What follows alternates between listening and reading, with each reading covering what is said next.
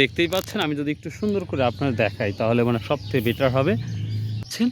কত দূর, শত শত বলতে কি হাজার। আসসালামু আলাইকুম রহমতুল্লাহ। ঈদ মোবারক, ঈদ মোবারক, ঈদ মোবারক। প্রিয় দর্শক, আজকে একটা বিষয় না দেখালেই নয়, সেই বিষয়টা দেখানোর জন্য, সেই বিষয়টা আলোচনা করার জন্যই আজকে ভিডিওটা করা। বর্তমান সময় জানেন আপনারা, শিদুলি ধারাবাড়িশা গুরুদাসপুর নাটোর এই বাজারে পর্যাপ্ত পরিমাণ মিষ্টি কুমড়া উঠে এবং বেচা কেনা হয়।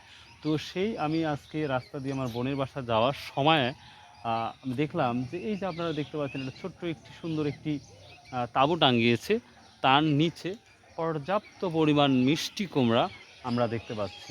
তো আমি এই ধরনের পরিস্থিতি কখনো মিষ্টি কুমড়া বা এই সিস্টেম আমি কখনো দেখি নাই।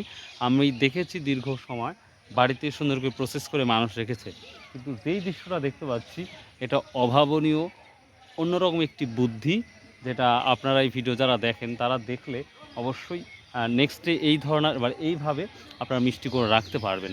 তো দেখি, তো যদি এই মিষ্টি কুমড়া যার যদি তার সাথে আলোচনা করতাম তাহলে সব থেকে বেটার হতো।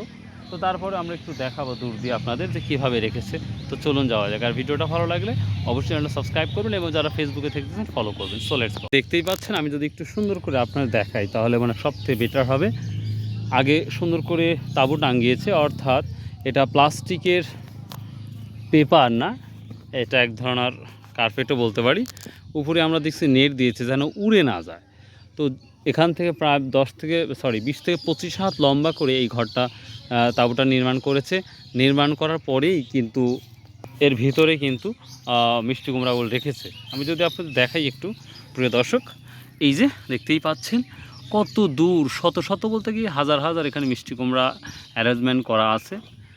আরেকটা বিষয় দেখতে পাচ্ছি, নিচে আগে খের বা খড় পেরেছে, আমরা যেটা আঞ্চলিক ভাষায় পোয়াল বলে থাকি, সেটা পেরেছে। পাড়ার পরেই কিন্তু সুন্দর করে এই মিষ্টি কুমড়াগুলো সাজিয়ে সাজিয়ে রেখেছে।